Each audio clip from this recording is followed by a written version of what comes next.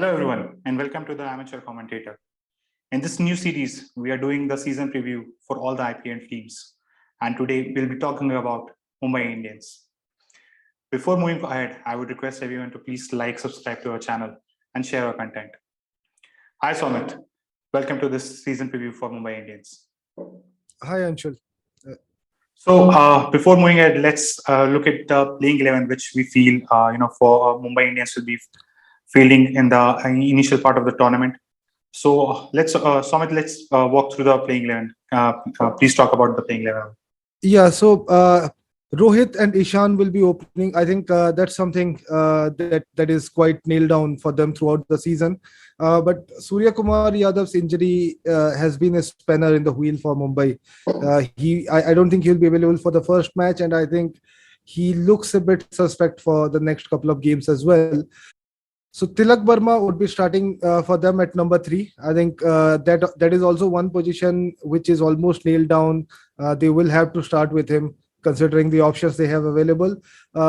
Tim David would be going in at number 4, the position which is kind of earmarked for Surya. Then at number 5, I think Anmol Preet Singh, maybe someone that they could try. He has been with the team long enough, and I think in the absence of Surya, I think he will be the first one among all their young batting recruits who will be getting the chance. At 6 is Pollard. 7th, we have Daniel Sams. Then we have Murugan Ashwin, Tamal Mills, Bumrah, and Mayank Markande.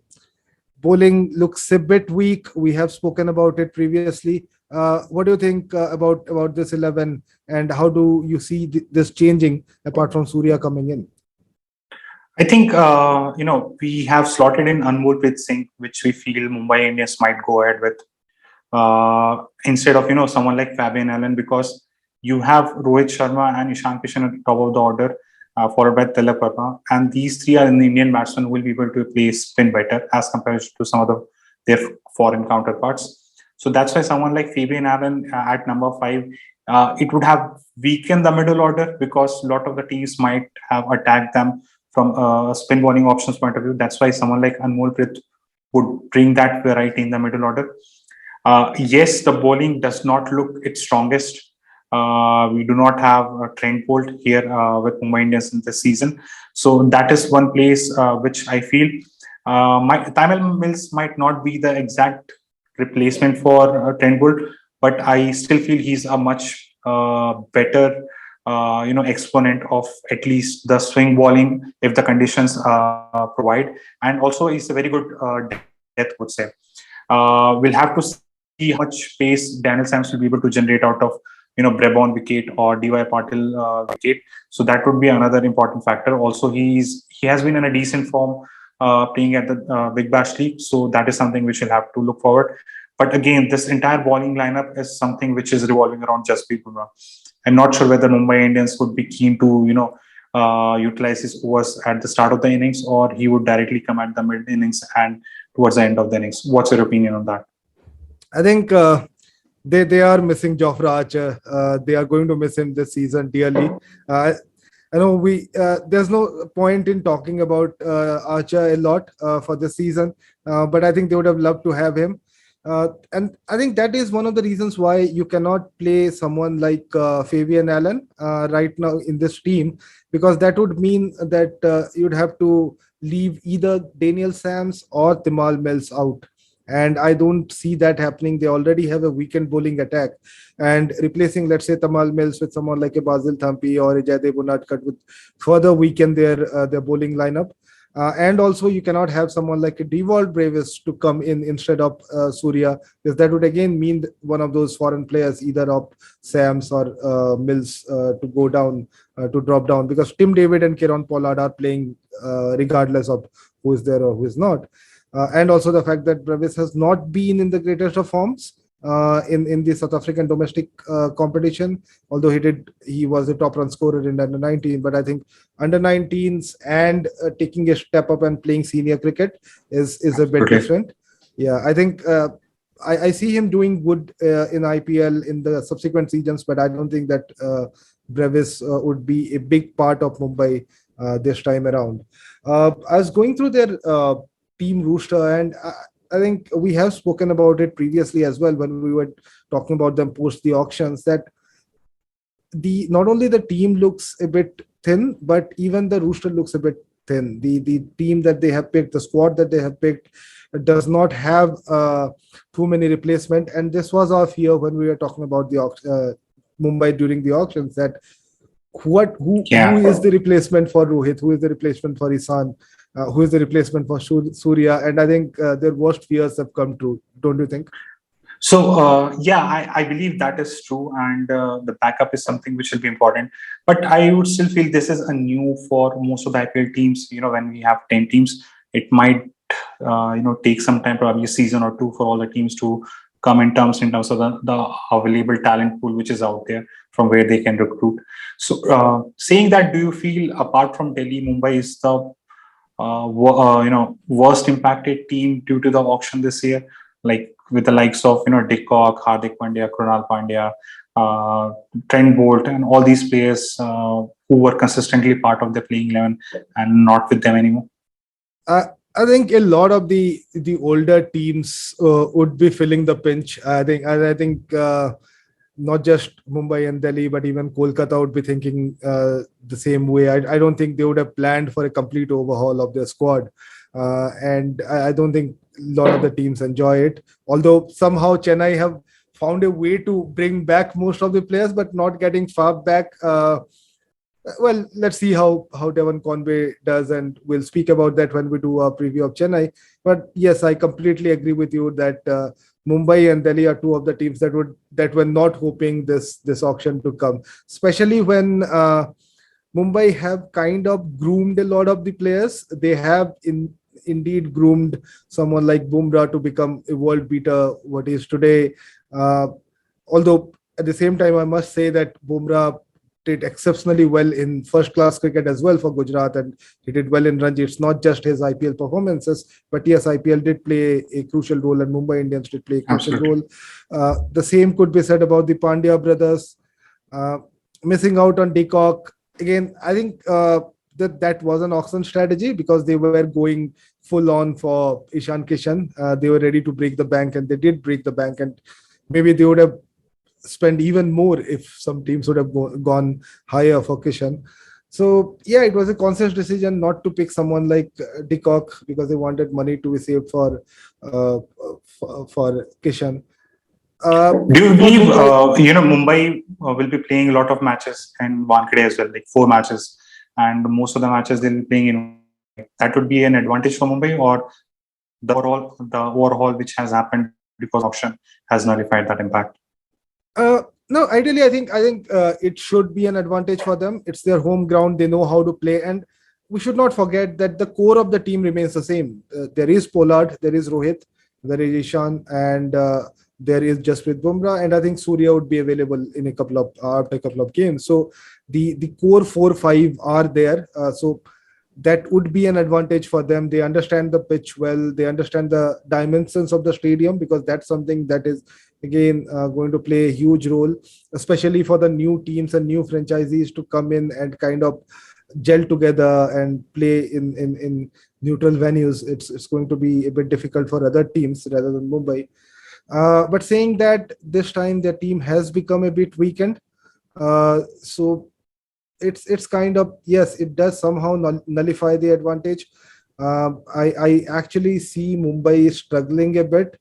Uh, yeah, I think with a team that has Jasprit Bumrah, that has Rohit Sharma, that has Pollard and a Kishan and Sky, it's kind of a bit difficult to say that they would be struggling. But the, you need 11 players, and I don't think that Mumbai has the best of 11 players. What do you Yeah, think? absolutely. I think Mumbai is like traditionally in the previous seasons, Mumbai was one of the most feared teams among the in the tournament. But this season is something very different. I would feel a lot of the teams, even when they would be playing Mumbai Indians at Mumbai, they would fancy their chances beating them. That is one thing which I would feel. Saying that, I think yeah. yeah, just want to interject here. They did not qualify last season as well, so it's not like it's a new thing. But I think last season would have put it down to aberration, but this time with their auction strategy, it looks even more difficult for them, I Absolutely. would say. Absolutely. Yeah. Yeah. So, what are your predictions? Where do you see Mumbai going ahead, and where do you see themselves ending up after the end of the tournament?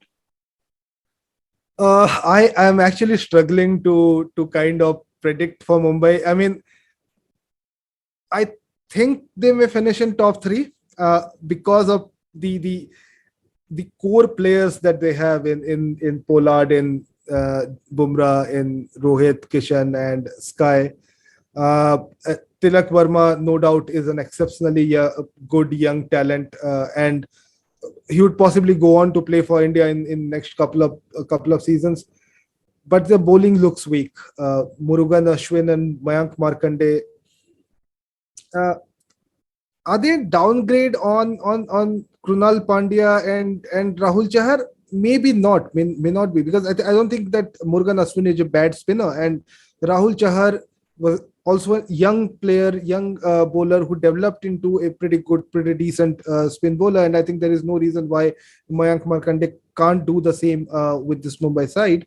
But saying that, it does look like the bowling attack has weakened a bit. You don't have the initial spell of Trent Bolt, where he used to pick up wicket in his first spell almost in each and every game. So that is going to hamper them a bit.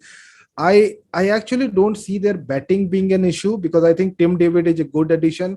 I think Pollard has a lot of cricket left in him. He's 34, 35. He started pretty young. He's still 34 or 35. And I think if you look at someone like Chris Gale, who went on to play till he was 40 and still goes on and plays other franchise cricket, I think there's no reason why Pollard can't play. So I am struggling, but I think I'll stick my neck out and say that Mumbai will finish top three. I think they will finish top three. What do you think? See, I think it's a bit early for Team David. This would be he is very nascent to IPL stage, and Pollard has been struggling with injuries in the recent past, and also he has not been in the greatest of forms. Last year also was not a very good season for Pollard, and he has not been consistent with performances even when he's playing for the West Indies. So that is a bit of concern when I'm talking about batting for Mumbai Indians at the overall, because we know Rohit Sharma scoring runs for India, but we have not seen Rohit Sharma score big runs for Mumbai Indians on a consistent basis. So overall, I believe the batting, at least the batting department, Ishan Kishan and Suryakumar Yadav to do the heavy lifting, and how early Suryakumar Yadav is able to get into the playing squad, that will be an important factor, because he has still not been released from the NCA. And we saw what happened with Kishan in the initial part IPL auction. I'm not sure whether that was the pressure of the price tag, or that was something which he was not in touch. If it was a pressure of the price tag, I would expect him to take at least a couple of games to get into the groove. That is something which I'm expecting. But in terms of the bowling department, I would say they have a pretty decent bowling lineup. Because see, yes, they will be playing a lot of matches in Wankhede, but they'll also be playing matches in Brabon and DY Patil. And Murugan Ashwin and Mayank Markande would be a decent spin bowling lineup, I would say. Not in terms of picking a bulk of wickets, but at least keeping the opposition batsman in check. That is something which I would expect out of them. So, Yeah. yes, I would say they are one of the teams to be qualifying in the top four. I would expect them. It would be a surprise if they are not in the top four for me. Okay. Seems like you are doing a lot of budgeting, because you talked about line item. So yeah, let's see how they perform. I think Mumbai tried to utilize their budget, but I think they failed in that one with spending so much on one player, and this squad looks not in the best of shape, I would say. Saying that, this is Mumbai, the team that has won the highest number of IPL tournaments, and yeah, let's see how they perform. Both of us are predicting them to go into the playoffs. I think the Mumbai fans would be having a couple of sleepless nights and see how their team performs in the first game. Saying that, I think let's wrap this episode. I would request our viewers to kindly like, share, subscribe our content, and leave us a feedback and tell us how we can improve. And thank you for watching.